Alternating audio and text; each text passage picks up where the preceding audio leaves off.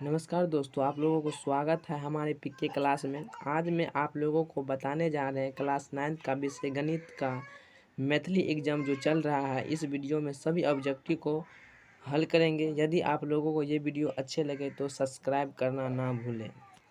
Number 1, निम्नलिखित में से कौन सी परिमेय संख्या नहीं है? निम्नलिखित में से कौन सी परिमेय संख्या नहीं है? आप लोगों का सही जवाब लगा देना है टिक डी में। तो आप कह रहे हैं 0.125 को P/Q के रूप में लिखने पर प्राप्त क्या होगा? 0.125 को P/Q के रूप में लिखने पर क्या प्राप्त होता है?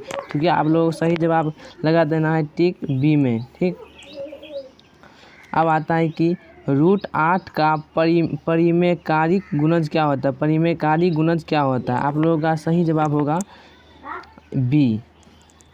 ठीक, 4 पे पावर कितना है? 0 है। 9 पे पावर कितना है? 0 है। प्लस 13 पे पावर कितना है? तो गुना में पावर क्या होता है? जुड़ता है। गुना में पावर क्या होता है? जुड़ता है। तो 0 0 कितना होगा? 0 ये होगा, यानी कि जिस पर पावर 0 होता है उसका पावर कितना मान होता है? 1 मान होता है। कितना पावर होता है? 1 मान होता है। तो 1 1 कितना होगा? 1 गुना करेंगे तो 1 होगा, और ये प्लस में है तो 1 में 1 जोड़ेंगे कितना होगा? 2 हो जाएगा। आपका सही जवाब क्या होगा? सी। अब होता है 17 पे पावर कितना है? या घात 2 है। इस कितना है? -2 है। तो गुना में पावर क्या होता है? जुड़ता है। जब ये सेम होता है तो क्या होता है? गुना में पावर जुड़ता है। तो 2 है, इस -2 है, तो प्लस में है, ये माइनस में है, तो प्लस माइनस कितना हो जाएगा? 0। प्लस माइनस -0, कि जो जिस पर पावर 0 होता है उसको मान कितना होता है? 1 मान होता है। सब आपका सही जवाब हो जाएगा 5 का डी। अब आते हैं प्रश्न संख्या 6 में कि 2 पर पावर कितना है? 2 पर 2 है, इस पर घात कितना है? -2 है। जब इस पावर पर पावर जब रहे तो क्या हो जाता है? गुना हो जाता है। कितना हो जाता है? गुना। 2 दूना कितना? 4, -4, 2 पावर -4 हो जाएगा। आपका सही जवाब क्या हो जाएगा? ऑप्शन नंबर बी, 6 का बी हो जाएगा। अब देखते हैं 7 में। 7 में कह रहा है कि 13 पे पावर कितना है? 13 पावर -8 है। 13 फिर इतना कितना? 8 है। तब ऐसा भाग में क्या होता है? भाग में पावर क्या होता है? भाग में घटता है। पावर क्या होता है? घटता है। जब भाग में रहेगा तो पावर क्या करेंगे? घटा देंगे। -8 है, यहाँ पर 3 है, तो -8 में से 3 गया, कितना बचेगा? कितना बचेगा आपका?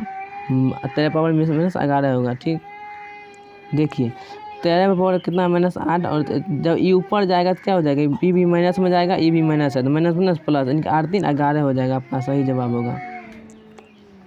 चलिए ठीक, नंबर में कि निम्नलिखित में कौन सा 2 चरों में रेखिक समीकरण नहीं है? निम्नलिखित में कौन सा 2 चरों में रेखिक समीकरण नहीं है? तो आप लोगों का सही जवाब क्या होगा? ऑप्शन नंबर ए में टिक लगा देना है। यदि x बराबर 0, y बराबर 2, तो समीकरण x - 2y बराबर k का हल क्या होगा? k का हल क्या होगा? आपको इसमें टिक लगाना है। 9 का सी में टिक लगाना है। 9 का सी में टिक लगाना, -4 होगा। अब आते हैं 10 में। रेखिक समीकरण 4x + 7y बराबर 12 को ax + by + c बराबर 0 से तुलना करने पर b का मान क्या होगा? b का मान क्या होगा? 7 होगा। क्या होगा? 7 होगा। 10 का क्या होगा? b answer. अब आते हैं 11 में। समीकरण x - 4y + 7 का हल क्या होगा? तो क्या होगा आपका? 11 का आंसर क्या होगा? सी, अपरिमित होगा रूप से अनेक। अब आते हैं 12 नंबर में। x अक्ष का समीकरण क्या होगा?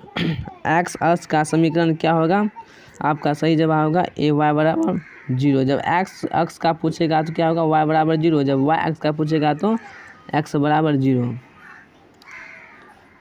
अब आता है 13 नंबर में। बिंदु -8 -28 का x निर्देशांक कौन होगा? x निर्देशांक कौन होगा? आपका इसमें सही जवाब क्या होगा? -8 होगा। क्या होगा? -8 होगा। अब पूछ रहा है कि बिंदु 3, -10 किस चतुर्थांश में होगा? किस चतुर्थांश में होगा? तो आपका सही जवाब होगा क्या? बी, 14 का बी हो जाएगा, द्वितीय में। अब आता है कि बिंदु -7,9 की कोटि क्या होगा, 9 का कोटि। तो आपका 15 नंबर में बी का सही आंसर होगा 9।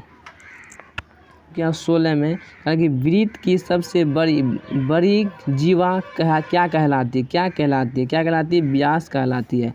यदि एम ए बी बराबर इतना है, ई बी बराबर इतना है और एम ए बी ए बराबर क्या होगा, तो क्या होगा 50 डिग्री। ठीक, अगर 17 का ए हो जाएगा आंसर। तो यदि किसी वृत्त की त्रिज्या 17.5 सेंटीमीटर हो तो उससे वृत्त की अधिकतम लंबाई वाली जीवा क्या होगा। तो आपका सही 18 का सही जवाब हो जाएगा 35 सेंटीमीटर। ठीक, अब आते हैं, देखिए 19 और 20 का छोड़ दिए हैं। ठीक, आप 21 के लिए बना लीजिए। घनाभ कह रहा है कि घनाभ का आयतन क्या होगा। घनाभ का आयतन क्या होता है, एल बी एच होता है। एल बी इनकी लंबाई गुना चौड़ाई होता है, लंबाई गुना चौड़ाई गुना ऊंचाई। अब आते हैं 22 नंबर में। क्या होता है 22 नंबर में, यदि किसी घन की भुजा की लंबाई 5 सेंटीमीटर हो तो उनकी आयतन क्या होगा। तो कह रहा है कि यदि किसी घन की भुजा की लंबाई 5 सेंटीमीटर हो तो उनकी आयतन क्या होगा, 125 सेंटीमीटर होगा। अब आते हैं 23 नंबर, 8 सेंटीमीटर व्यास वाले वृत्त का क्षेत्रफल क्या होगा। 8 सेंटीमीटर व्यास की, इनकी 2 से भागा देंगे कितना होगा 4। नहीं, देखिए 8 सेंटीमीटर व्यास वाले वृत्त का क्षेत्रफल पूछ रहा है। वृत्त का क्षेत्रफल कितना हो जाता है 16 पाई सेंटीमीटर स्क्वायर। ठीक, 28 का ए हो जाएगा। अब आते हैं 24 नंबर में, किसी बेलन की त्रिज्या तथा ऊंचाई दुगुनी करने पर इसका वक्र पृष्ठीय का क्षेत्रफल क्या हो जाएगा। तो क्या हो जाएगा, आपका 24 का सही आंसर हो जाएगा सी नंबर, 8 गुना हो जाएगा। 25 में कह रहा है ए भुजा वाले घन के विकर्ण की लंबाई क्या होगा। तो 25 का आंसर क्या हो जाएगा, ऑप्शन नंबर सी, √3a।